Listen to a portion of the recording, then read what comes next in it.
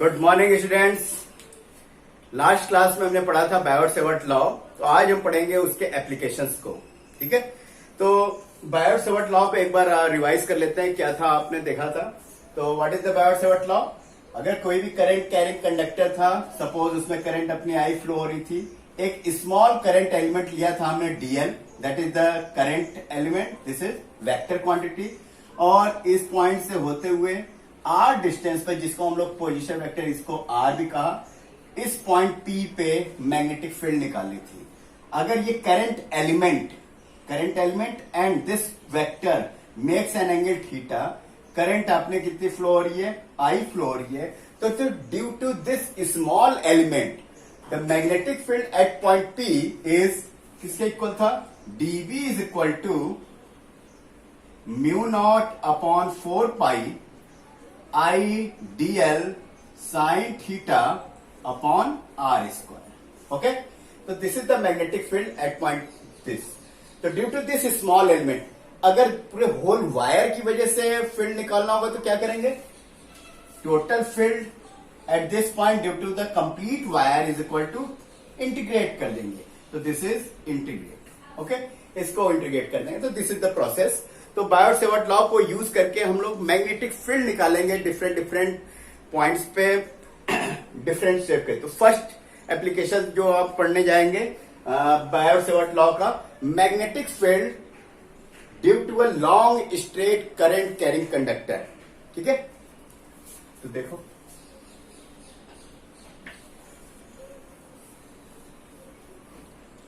तो सबसे पहले इनका डायग्राम देखा जाए क्या होगा।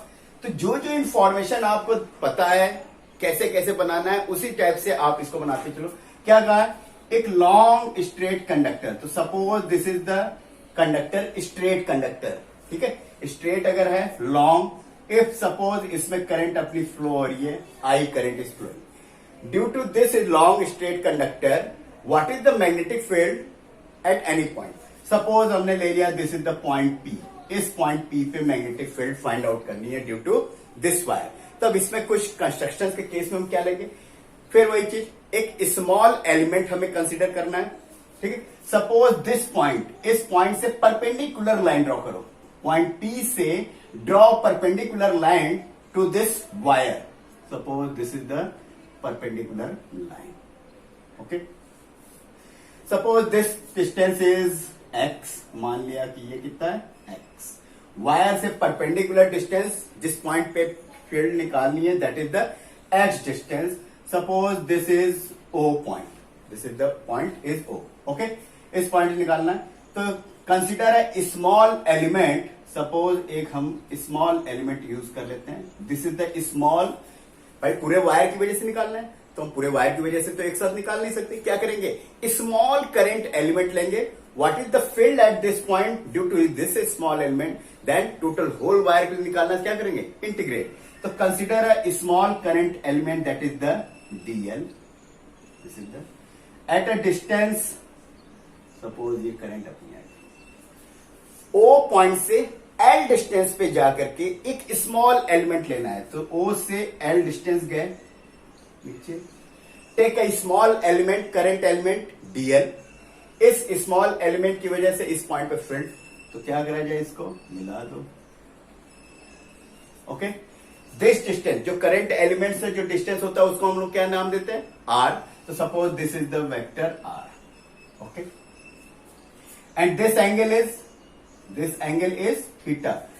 तो थीटा एंगल क्या लेते हैं, जो करंट एलिमेंट और जो वेक्टर है, और वेक्टर कौन सा होता है, करंट एलिमेंट से जिस पॉइंट पी पे निकालना है, दिस डिस्टेंस, दिस लेंथ जो ज्वाइन किया, this vector is known as R, और इन दोनों के बीच का जो एंगल है that is the angle theta. Okay, तो दिस इज द कंस्ट्रक्शन। मान लो suppose this is point is O P, suppose this is the point is Q.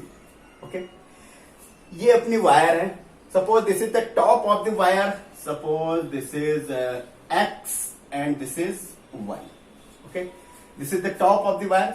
Suppose P point से जो टॉप ऑफ द वायर है वो कितना angle बना रहा है, this is the angle is, let this angle is 5 2 और जो बॉटम वाला वायर है, suppose this angle is 5-1।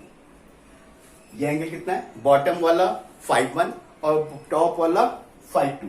Okay, तो टॉप का जो एंड है 5-2 एंगल बना रहा है, किससे? हॉरिजॉन्टल जो लाइन है हमारी perpendicular 5-2 and this angle is 5-1। Okay, जो ये करंट एलिमेंट है, सपोज ये एंगल बना रहा है आपका, this angle is 5, this angle is 5, ये वाले एंगल। आगे कंस्ट्रक्शन समझ में? तो एक वायर है, एक स्मॉल एलिमेंट लिया, उस स्मॉल एलिमेंट का जो वेक्टर है, जो आर है, वो पी से ये आर डिस्टेंस है, ये परपेंडिकुलर डिस्टेंस इज एक्स। कितनी लेंथ पे जाकर के हमने एक स्मॉल एलिमेंट लिया है? एल लेंथ पे, that is the d l. P point से top of the wire makes an angle 5-2, bottom of the wire makes an angle 5। और जो ये स्मॉल करंट एलिमेंट है, आर्बिट्री टाइप पॉइंट पे हमने ले लिया, this makes an angle 5। Okay, ये कंस्ट्रक्शन समझ में। अब what is the field at this point due to this small current element? तो field, magnetic field at P due to current element dl is given by, क्या होगा? According to Biot Savart law, तो according to Biot Savart law dB is equal to mu not upon 4 pi, current is I, dl sine theta divided by distance कितना अपना r square, this is r। तो this is the magnetic field at point P due to the wire length dl, current element dl। इसकी वजह से ये आपका okay. अब यहां पर देखो, जैसे ही हमें टोटल यहां पे फील्ड निकालनी, तो क्या करेंगे? ये जो एलिमेंट है, स्मॉल एलिमेंट की वजह से, अब एक स्मॉल एलिमेंट, तो स्मॉल एलिमेंट, इस पूरे होल वायर को स्मॉल डीएल एलिमेंट में ले लिया जाए, और उन सबकी वजह से अगर फील्ड निकाली जाए पी पॉइंट पे, तो उनको वैल्यूज कितनी आएगी? वो वैल्यूज एक की देख रही हमने, इतनी आएगी। अब ये वैल्यू जो आएगी, अब अगर इनका जो डायरेक्शन होगा, सबका अगर सेम डायरेक्शन होगा, तो then at this, because magnetic field जो हमारा है, this is the vector quantity, तो ये सुपरपोजिशन प्रिंसिपल को भी फॉलो करता है, तो सबको क्या कर देंगे? ऐड कर देंगे। एक चीज, जो मैग्नेटिक फील्ड लाइंस डीएल की वजह से यहां पे मैग्नेटिक फील्ड का जो डायरेक्शन होगा, उसकी डायरेक्शन अगर आपको निकाली जाए, तो बता सकते हो आप डायरेक्शन किधर आएगी, कहां पे आएगा? जैसा आपको बताया था, डीएल ये रहा, वेक्टर आर ये रहा, कोई भी मेथड अप्लाई कर दो, डीएल क्रॉस आर क्या होता था फॉर्मूला? डीएल क्रॉस आर, याद आ रहा है? तो डीएल क्रॉस आर, तो DL cross R, what is the direction? Inside. तो इसी तरह अगर स्मॉल डीएल एलिमेंट अगर लिया जाए, छोटे छोटे स्मॉल करंट एलिमेंट डीएल लिया जाए, सबकी वजह से जो मैग्नेटिक फील्ड का डायरेक्शन आएगा, वो क्या आएगा? मान लो यहां लिया, उसकी वजह से भी इधर, यहां लिया, उसकी वजह से भी इधर, यहां लिया, इसकी वजह से भी इधर, तो all due to all this small current element, what is the direction of magnetic field at point P? Inward. अगर एक ही डायरेक्शन में है, तो टोटल वायर की वजह से निकालना है, तो due to all segment, small segment की वजह से जो मैग्नेटिक फील्ड आई, सबको क्या कर देना? हमें ऐड कर देना है। ऐड करने मतलब सबको हम क्या कर देते हैं? इंटीग्रेट कर देते हैं इसको, सब में एक ही डायरेक्शन में। ओके, अब यहां पर देखो, अब जो वेरिएबल्स है हमारे पास, क्या क्या वेरिएबल्स है इस फॉर्मूले में? This term is the constant, current I is the constant, DL अपना जो है, दिस इज द कांस्टेंट और वेरिएबल। अगर ये लेंथ हमने लिया डीएल, अगर इतना लेते तो ये क्या होता है? ये भी डीएल होता, तो डीएल इज ऑल्सो वेरिएबल, तो डीएल भी हमारा चेंज होगा।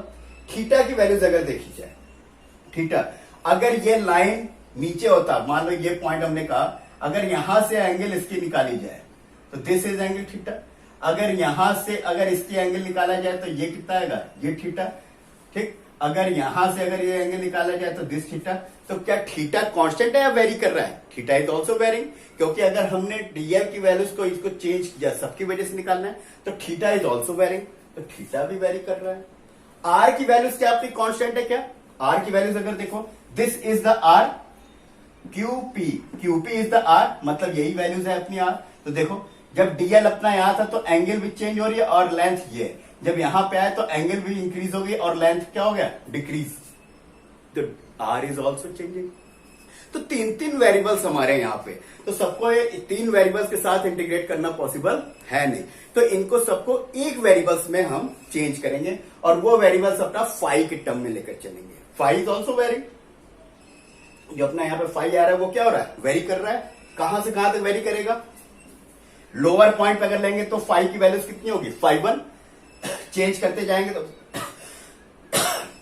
फाई की वैल्यूज टॉप पे जाएंगे तो फाई 1 से वेरी होते होते चेंज होते होते कहां तक जाएगा, फाई 2। तो phi is varying from phi 1 to phi 2, मतलब यहां से टॉप तक। तो फाई के टर्म में सबको चेंज करेंगे। तो अपने पास थ्री वेरिएबल्स है, एल, थीटा और आर। इन तीनों को नॉन वेरिएबल्स, मतलब या तो कांस्टेंट हो, ठीक है, कांस्टेंट टर्म में हो, या फिर फाई के टर्म में। तो अपना देखो एक्स की वैल्यूज क्या है, constant. This perpendicular distance is not changing, तो एक्स कांस्टेंट होगा। क्लियर। तो एक्स के टर्म में, फाई तो वेरिएबल हमें रखना है, फाई के टर्म में, इसके टर्म में हम क्या करेंगे, रिप्लेस करेंगे ऑल दिस को। तो देखो क्या करना है, सबसे पहले थीटा। तो from triangle OPQ, from triangle OPQ triangle से क्या लिख सकते हैं, theta plus phi, this is the phi, this is the theta.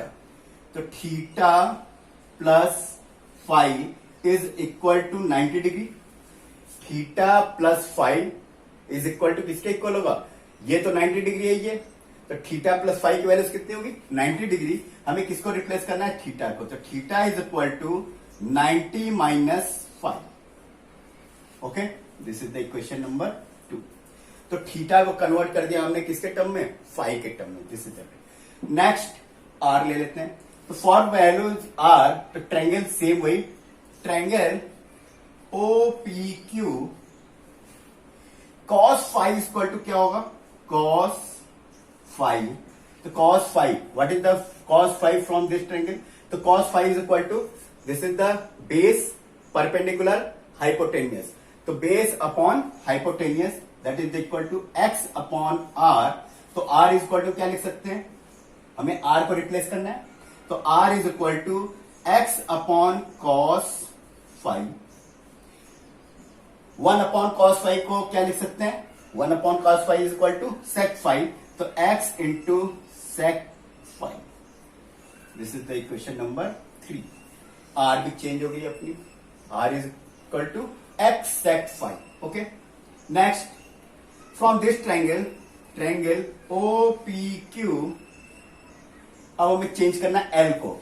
तो l को चेंज करना है तो क्या लिख सकते हैं हम लोग, tan phi is equal to tan phi l divided by x, l divided by x। तो from this l is equal to क्या लिख सकते हैं हम लोग, l is equal to x into tan phi, l is equal to x into tan phi. Okay,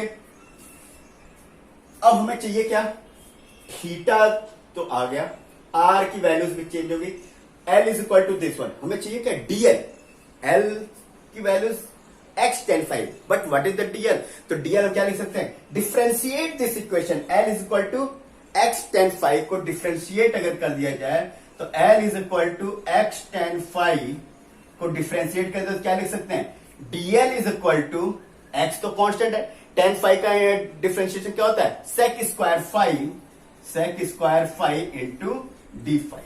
लिख सकते हैं क्या, if l is equal to x tan phi then differentiate that dl is equal to x tan phi का differentiation sec square phi D phi. Okay, this is the equation number 3। अब ये तीनों variables को put कर देते हैं equation number 1 में। तो put all this variables in equation number 1। ओके, तो क्या आ जाएगा यहां पर,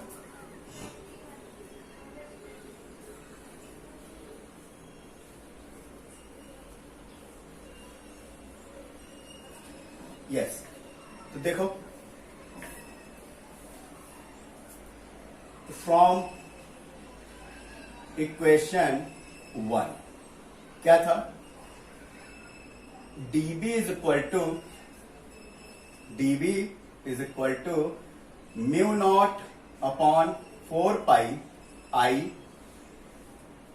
dl की जगह क्या लिख सकते हैं x sec square phi x sec square phi d phi into sine theta, तो साइन थीटा की जगह 90 minus phi divided by are square, R की जगह क्या लिखना है x sec फाइव, तो x का स्क्वायर करने क्या हो जाएगा x square sec square phi. Okay, देखो क्या कैंसिल, sec स्क्वायर फाइव से sec square phi cancel, x से x कैंसिल, और क्या बच जाएगा mu not upon 4 pi I sine phi का sine 90 minus phi is equal to cos phi into D phi divided by x, this is the D.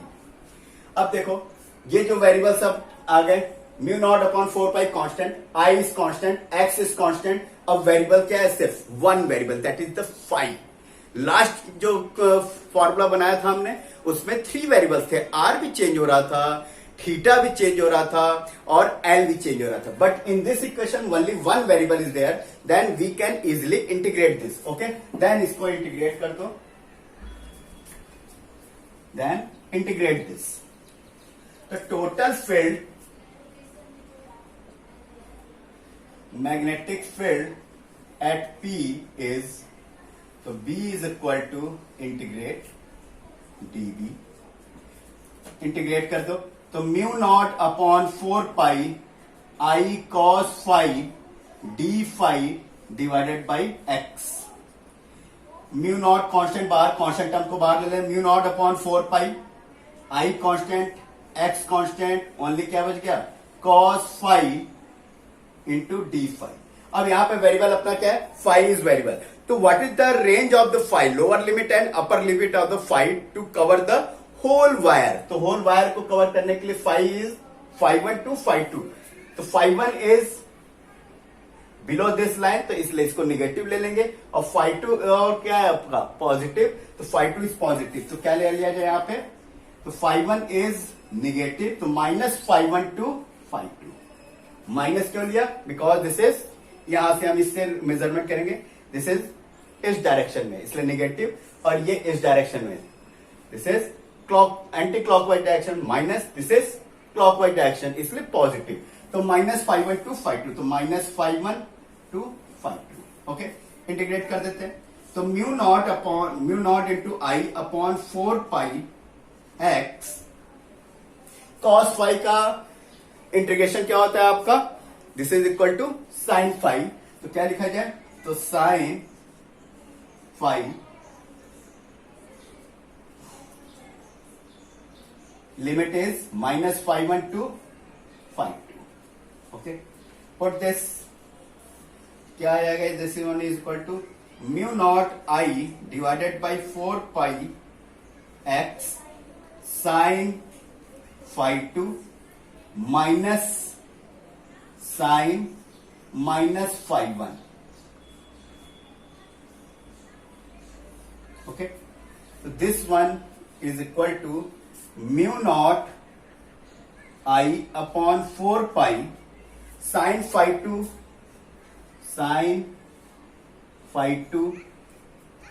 Sign minus theta, sine minus theta is equal to minus sine theta, because sine is the odd function, तो sine minus theta is equal to minus sine theta, हम लिख सकते हैं क्या, sine minus theta is equal to minus sine theta, because sin is the odd function, cos minus theta is equal to cos theta होता है, plus cos theta, but sin minus theta is equal to minus sin theta, तो sin minus phi 1 is equal to minus sin phi 1, तो minus से minus क्या हो जाएगा, plus हो जाएगा, तो दिस इज sin phi 1। ओके, तो फॉर्मूला आपका आ गया क्या, तो B is equal to, this is the formula, is equal to mu not I upon 4 pi sine into X sin phi 1 plus sin phi 2। okay, so this is the formula of the magnetic field at point P due to straight long wire, तो this is due to straight long wire. Current कितनी flow हो रही है, I. और what is the x, x is the, इस चीज को ध्यान रखना, x is the perpendicular distance from the wire. What is the x, x is the perpendicular distance. तो कोई भी वायर होगा, किसी भी पॉइंट पर पूछेगा कि इस पॉइंट पर मैग्नेटिक फील्ड, तो what is the perpendicular distance of the wire from this point, तो that is the x. Current की वैल्यूज आपको पता होगी। और φ1 एंड φ2, φ1 इज द लोअर, मतलब कि एंटी क्लॉकवाइज डायरेक्शन में लोअर का जो एंगल बना रहा है इस हॉरिजॉन्टल लाइन से, और φ2 इज टॉप का, बॉटम का और टॉप का जो एंगल है। कहां से एंगल मेजरमेंट करनी है, angle is measured from this perpendicular line, जो परपेंडिकुलर लाइन एक्स लोगे उससे एंगल मेजरमेंट करनी है। लोअर पॉइंट का जो है आपका दैट इज द φ1, और अपर टॉप लेवल का जो पॉइंट का एंगल बनेगा दैट इज द φ2। तो कौन सी, बिकॉज एंगल मेजरमेंट करने के लिए एक रेफरेंस लाइन चाहिए, तो रेफरेंस लाइन कौन सी होगी आपकी, this is the perpendicular distance from the point where the magnetic field to be observe, और this is the perpendicular to the wire, φ2 and φ1। तो न्यूमेरिकल में आपको इन दो चीजों का याद रखना है, एक तो x का ध्यान रखना है और φ1 और φ2 की वैल्यूज का ध्यान रखना है। तो दिस इज द फॉर्मूला। और what is the direction of the magnetic field, direction आपको निकालना बताइए। दूसरा, राइट हैंड थंब रूल और राइट हैंड पाम रूल भी यूज कर सकते हो। अगर करंट इस डायरेक्शन फ्लो हो रहा है तो थंब इन दिस डायरेक्शन, और पाम किधर रखना है, अपने फिंगर्स को किधर रखना है, जिस तरफ पॉइंट हो आपका, तो पॉइंट भी इस तरफ है, तो दिस इज पाम। तो पाम का जो डायरेक्शन है, this is the palm, palm का डायरेक्शन किधर है, इनवर्ड। अगर करंट नीचे फ्लो रहा होता तो current is in this direction, point किधर है, इस तरफ है, इसलिए। तो what is the direction of the palm, outward. तो आउटवर्ड, इनवर्ड। इधर अगर पॉइंट होता तो किधर होता ये, दिस इज द करंट, और point, suppose this is the point P. अगर पॉइंट पी होता है यहां पे आपका, ये पॉइंट होता, क्या होता, दिस इज आउटवर्ड। करंट अगर ये पॉइंट डायरेक्शन में होता तो what is the direction of the pump, inward. तो by using this rules you can find the magnetic field का डायरेक्शन। ओके, तो this is the application of Biot Savart law, magnetic field at any point due to the long straight current carrying. Okay, next application देखते हैं। Second is magnetic field at the center of current carrying loop, और coil भी कह सकते हो आप, current carrying loop और coil. तो कॉयल आपको पता है, this is the current carrying coil और लूप। तो let's take one coil,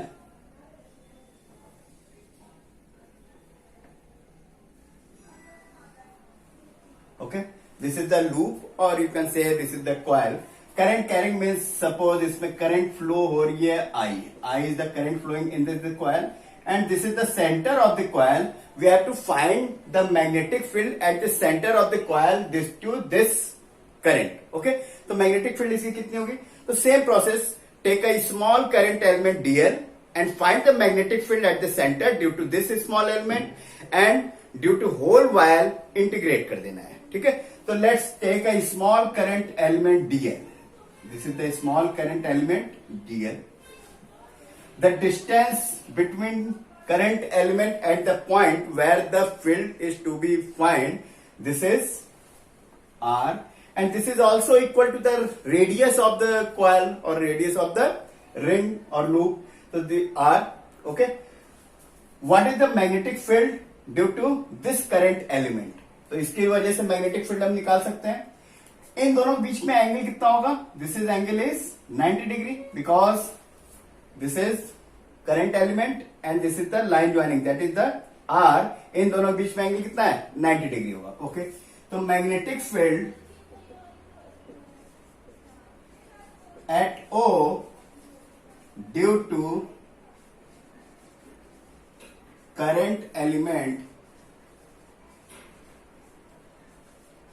dl is, क्या लिख सकते हैं हम लोग, dv is equal to, formula अपना according to the Biot Savart law, dv is equal to mu not upon 4 pi I dl sine theta divided by are square. This is the formula of the Biot Savart law. तो put करते हैं values.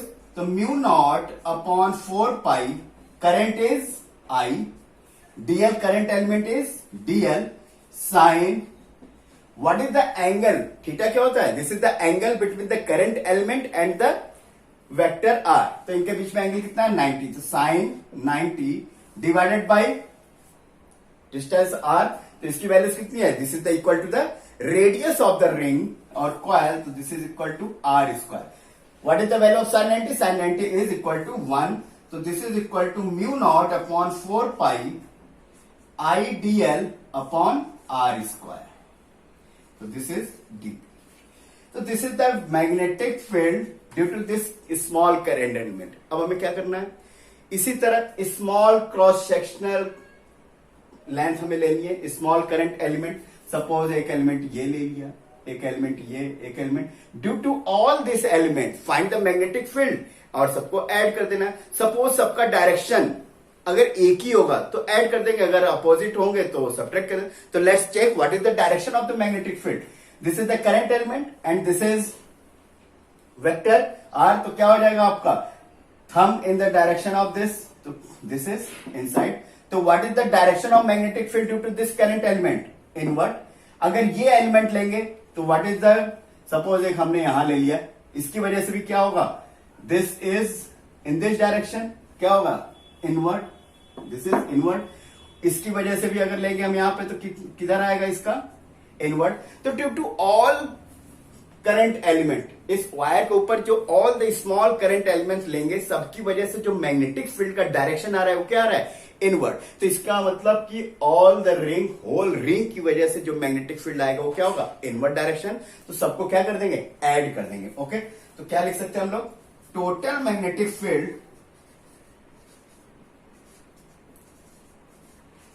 Eight O is, तो हम integrate कर दें, तो B is equal to integration dB and this is equal to integration mu not upon 4 pi I DL divided by are square. Constant term को takes outside बाहर ले लेते हैं. तो म्यू नॉट कांस्टेंट बाहर, 4 पाई कांस्टेंट है बाहर, I current, current तो ऑल द सेक्शन में सेम फ्लो होगी, तो current I is also outside. Are square, R square क्या है, अगर ये क्रॉस सेक्शन, ये हम करंट एलिमेंट लेंगे तो इसके लिए भी क्या होगा आर, यहां पे लेंगे तो भी आर, कोई भी अगर लेंगे तो सबके लिए क्या आएगा, distance r is constant because this is equal to the radius. तो r is also constant, to take outside are square integration dl. तो what is the integration of dl, अगर ये डीएल है और इंटीग्रेट कर दिया जाए for this whole coil, whole ring के लिए, होल लूप के लिए, तो what is the integral of dl, तो dl dl dl dl dl dl dl DL total कितना आएगा, this is equal to circumference of the loop. Total integral of dl is equal to circumference of the loop. तो what is the value of this, this is equal to mu not I divided by 4 pi r square into 2 pi r. तो 2 pi are से एक are cancel, 2 pi से 2 pi cancel. तो this is equal to, this is equal to, तो B is equal to क्या आ जाएगा, mu not I divided by 2R.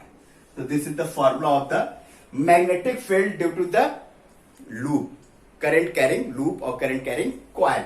कहां पे, at the centre. What is the direction of this, for this current, अगर current का direction ये है तो क्या आया, इसकी वजह से अंदर, इसकी वजह से भी अंदर, सबकी वजह से, तो इनवर्ट. तो डायरेक्शन इज इनवर्ट. अगर करंट का डायरेक्शन एंटी क्लॉकवाइज होता तो क्या आता, outward. For in this case clockwise direction is inward, for anti clockwise direction is outward. Okay. तो this is the formula of the magnetic field due to the current carrying loop at the centre of the coil. This is the one coil. If suppose there are n number of the coils, अगर n coils हो 1 2 3 4 up to n, तो 1 की वजह से ये magnetic field, 2 की वजह से भी क्या होगा 2 टाइम्स, 3 की वजह से 3 टाइम्स. और क्योंकि करंट अगर सेम डायरेक्शन में सब में flow, if the direction of the current is same in all the coils, तो 1 की वजह से इतने, तो 2 की वजह से उसका भी सेम मैग्नीट्यूड होगा, डायरेक्शन सेम होगा तो ऐड हो जाएंगे, तो 2 टाइम्स, 3 की वजह से 3 टाइम्स, तो n कॉइल की वजह से क्या हो जाएगा n टाइम्स। तो व्हाट इज दिस, तो this will becomes B is equal to mu naught n I divided by 2R। तो this is the magnetic field due to the n number of the turns or n number of the loop, current carrying loop at the center of the coil. Okay, so this is the formula for the current carrying loop, magnetic field at the center. ठीक है, okay, तो आपका जो magnetic field का आ गया formula, क्या आ गया हमारा एट द सेंटर पे, तो B is equal to mu not I divided by 2R। ठीक है, इसमें एक special case,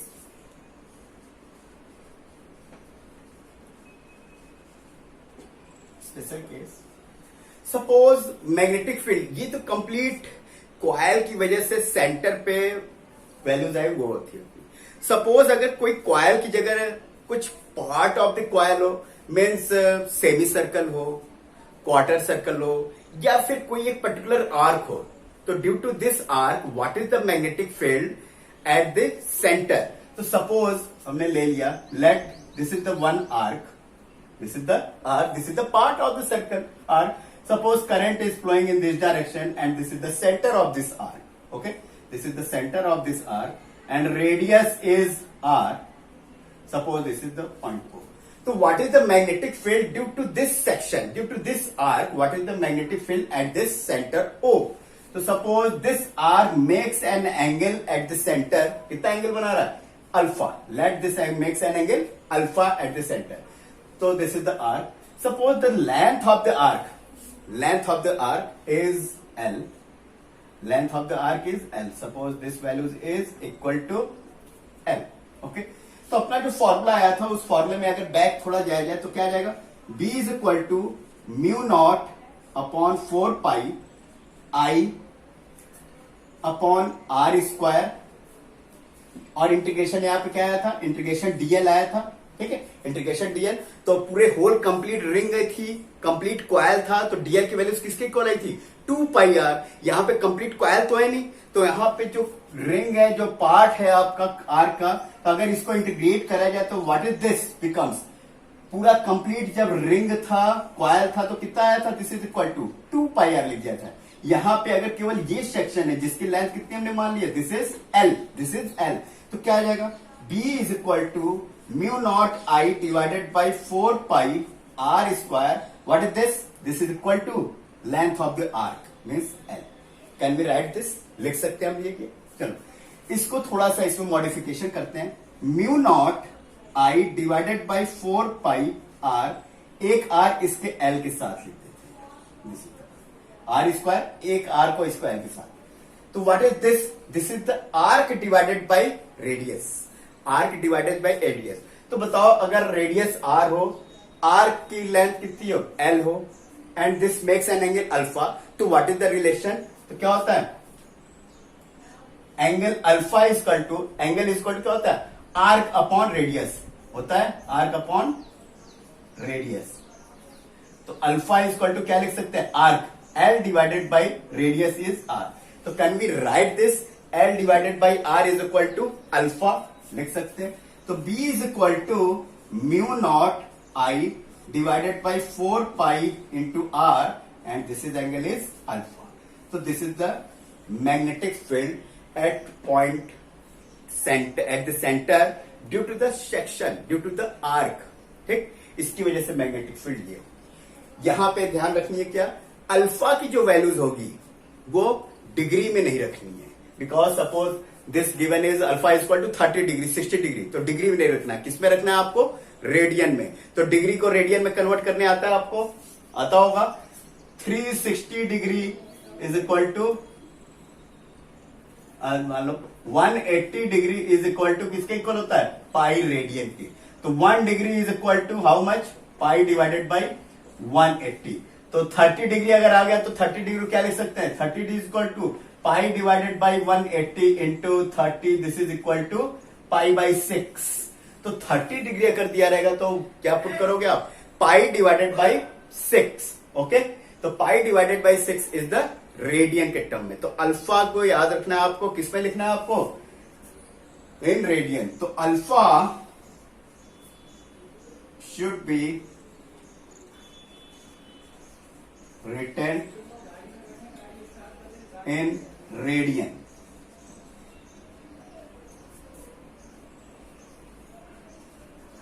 alpha should be written in radian. चलो इसको वेरीफाई करके देखते हैं। अभी हमने देखा था कंप्लीट रिंग की वजह से, टोटल कॉइल की वजह से मैग्नेटिक फील्ड कितनी आई थी, ये आती। इसको पुट करके देखते हैं। तो देखो एट सेंटर दिस, ओके। तो क्या फॉर्मूला अपना, B is equal to mu not I divided by 4 pi R into alpha. Alpha is the angle, alpha क्या है, angle subtended at the centre by the arc. तो यहां पे complete whole ring अगर है कॉइल, तो कितना एंगल बनाएगा, दिस मेक्स एन एंगल कितना, दिस इज इक्वल टू 360। इतना पूरे कंप्लीट रिंग है तो 360। तो 360 को कितना लिख सकते हैं रेडियन के टर्म में, 180 इज इक्वल टू पाई, तो 360 इज इक्वल टू 2 पाई। तो दिस इज इक्वल टू 2 पाई। तो कितना आ जाएगा, दिस इज इक्वल टू 2। तो mu not I divided by 2R, mu not I divided by 2R, okay. उसी तरह अगर सेमी सर्कल होता, suppose this is the semi circle, what is the magnetic field, तो semi circle कितना angle बना रहा है, दिस एंगल इज 180 डिग्री। तो 180 मीन्स पाई, तो put the values of pi.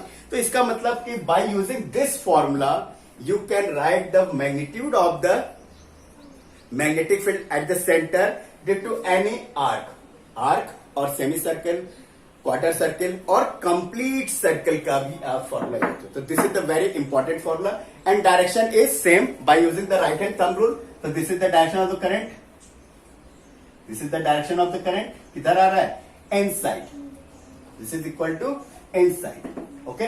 तो इनसाइड से हम ये फाइंड आउट कर सकते हैं, ओके। तो this is the very important point. Similarly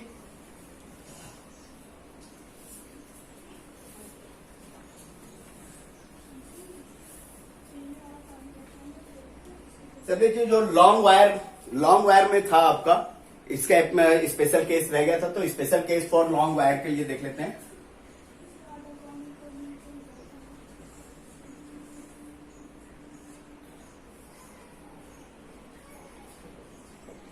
long wire का जो स्पेशल केस था, फर्स्ट फॉर इनफाइनाइट, हमने जो फॉर्मूला निकाला था फॉर लॉन्ग वायर के लिए क्या आया था, B is equal to mu not upon 4 pi I upon R square, R x लिया था हमने, चलो तो x square x is into sine phi 1 plus sine phi 2, okay. Mu not upon 4 pi I divided by x sine phi 1 plus sine phi 2, इसकी वजह से। तो due to this for long wire, अगर इनफाइनाइट वायर हुआ, for infinite wire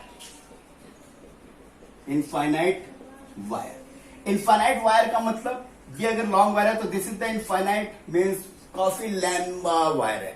तो infinite का मतलब ये नहीं कि बहुत ही इनफाइनाइट टर्म तक चलता जाए। तो इनफाइनाइट का मतलब आपको पहले ही बताया, क्या इनफाइनाइट का मतलब length of the wire is very large as compare to the distance where the field is measured. मैं सपोज मैंने कहा कि 10 मीटर का वायर है and find the magnetic field at 2 centimetre, तो this is the very large values, this is very large values of the length compare to the distance. तो for this ये भी आपका क्या हो सकता है, इनफाइनाइट का केस हो सकता है। जैसे मैंने बताया आपको कि अगर ये बोर्ड है अपने लिए, तो अगर मैं यहां पर अगर मैं देख रहा हूं तो this is the finite values, this board is the length of the area of this board, length of this board is finite. But अगर मैं मान लो कि एक स्मॉल कोई इंसेक्ट बन करके या चींटी बन करके यहां पे रहूं, तो for insect this board is very large, तो उसके लिए क्या होगा, इनफाइनाइट टर्म होगा। तो यहां पर भी इनफाइनाइट वायर में this is the very large values of the length. तो चलो इनफाइनाइट अगर है तो this is the point P, इस पॉइंट पर अगर निकालना है तो अपने पास फॉर्मूले में क्या चेंज होगा, सपोज इसमें करंट क्या हो रहा है, फ्लो I। तो इनफाइनाइट वायर हो चाहे फाइनाइट वायर हो, तो सपोज दिस डिस्टेंस परपेंडिकुलर, कौन सा distance, perpendicular distance, this is the x this is x, तो क्या आ जाएगा, b is equal to mu not upon 4 pi I divided by x sine φ1 और φ2 की वैल्यूज क्या होगी, दिस इज एंगल इज φ1 φ2 और ये एंगल कितनी थी आपकी φ1। अगर ये इनफाइनाइट वायर है, सपोज ये और लंबा होता गया तो ये इंक्रीज होता जाएगा, और लंबा होता गया तो दिस वैल्यूज इज इंक्रीजेस। तो अगर ये वैल्यूज काफी लार्ज होगी, लेंथ होगी, तो दिस वैल्यूज इज इंक्रीजेस, तो कहां तक जाएगा, this is increases up to this one, तो this becomes 90 degree. Similarly this values is increases up to, तो जब ये वायर आपका इनफाइनाइट काफी लॉन्ग होगा तो इस पॉइंट से एंगल कितना आएगा, बिकॉज देख रहे हो यहां पे एंगल था, दिस इज ये एंगल इंक्रीज, तो this angle is increases if this values is very large, तो this end is very far away compare to this point, तो दिस एंगल बिकम्स 90 डिग्री। तो for finite wire φ1 and φ2 becomes 90 degree. Is it clear? So for finite and infinite wire, φ1 is equal to 90 and φ2 is equal to 90. φ1 and φ2 is 90. So sin 90 plus sin 90. Okay. So mu naught I upon 4 pi x sin 90 into sin 90, 2 sin 90, sin 90 values कितनी होती है 1. So this is equal to 2. तो कितना आ जाएगा, mu naught I divided by 2 pi x. So this is the magnitude of the magnetic field due to the infinite wire. This is a very important formula. इस फॉर्मूले को याद रखना है, numerical में मैक्सिमम चांसेस ज्यादा इसी के रहते हैं आपके। तो mu not I upon 2 pi X, where X is the perpendicular distance from the point where the magnetic field is required to the wire, perpendicular distance, I is the current और बाकी सारे टर्म तो आपका constant है। Okay, तो this is the for infinite case. Similarly एक case और लेते हैं, सेमी इनफाइनाइट वायर जिसको हम कह सकते हैं और सेमी इनफाइनाइट वायर। तो second case semi infinite wire, या आप कह सकते हो the wire which is the infinite, इस वायर के किसी वन एंड पे मैग्नेटिक फील्ड निकालनी है। इनफाइनाइट वायर तो है बट इसके वन एंड पे मतलब suppose this is the wire infinite wire, तो magnetic field at this end, ये एंड हो सकता है या ये end, take any one end no problem. तो अगर ये एंड है जिससे आपका perpendicular distance this is x, this is the point. Okay, तो what is the magnetic field, तो इसको हम लोग सेमी इनफाइनाइट वायर भी कह सकते हैं या magnetic field eight one end of the infinite wire. तो फॉर दिस केस तो बताओ, B is equal to mu naught I divided by 4 pi x into sin φ1 plus sin φ2। Main हमें क्या निकालना है, what is the value of φ1 and φ2। तो φ1 की value क्या होगी, दिस इज द φ1, तो ये अगर इनफाइनाइट है, सपोज दिस इज इनफाइनाइट, तो दिस एंगल बिकम्स 90 डिग्री। जो परपेंडिकुलर होता है उससे जो लोअर एंड की एंगल होती है, एंटी क्लॉकवाइज डायरेक्शन जो एंगल होता है, दैट इज द φ1, तो दिस एंगल बिकम्स 90 डिग्री। तो φ1 is equal to 90 degree. What is the φ2, φ2 is equal to, φ2 किसके इक्वल होता है, परपेंडिकुलर डिस्टेंस से टॉप का, तो परपेंडिकुलर डिस्टेंस ये रहा और टॉप भी यही है, तो व्हाट इज द एंगल, इन दोनों के बीच का एंगल कितना है, ये, दिस एंगल इज 0 डिग्री, तो φ2 इज 0। समझ में आया, φ1 ये, तो इनफाइनाइट वायर है, due to this φ1 becomes 90 degree and φ2 becomes 0, क्योंकि उसी एंड पे है, तो एंगल कितना होगा 0। अगर ये एंड कहीं यहां होता तो makes an angle, but this angle is at this point, तो this is φ2 is equal to 0 degree. Put this value, तो साइन φ1 मीन्स 90 प्लस साइन 0, तो sine 0 is equal to 0, sine 90 is equal to 9, तो this is equal to mu not I divided by 4 pi x, 4 pi x. फिर इसका क्या हो जाएगा आपका half, finite का हाफ हो जाएगा, सेमी इनफाइनाइट के केस में half of this mu not I upon 2 pi x, mu not I upon 4 pi x. तो this is the special cases for long wire. Okay, तो ये दोनों केसेस आपको याद रखने, this is the very important, और ये आपका न्यूमेरिकल्स में बहुत ही काम आएगा। तो नेक्स्ट लेक्चर में हम फाइंड आउट करेंगे magnetic field on the axis of the coil. Coil अगर है उसके एक्सिस पे है। आज हमने निकाल लिया कॉइल के सेंटर पे मैग्नेटिक फील्ड फाइंड आउट कर लिया। कल हम फाइंड आउट करेंगे कॉइल के एक्सिस पे, एक्सियल पॉइंट पे what is the magnetic field, और न्यूमेरिकल्स इस पे हम न्यूमेरिकल्स करेंगे। तो numerical is very important on this topics.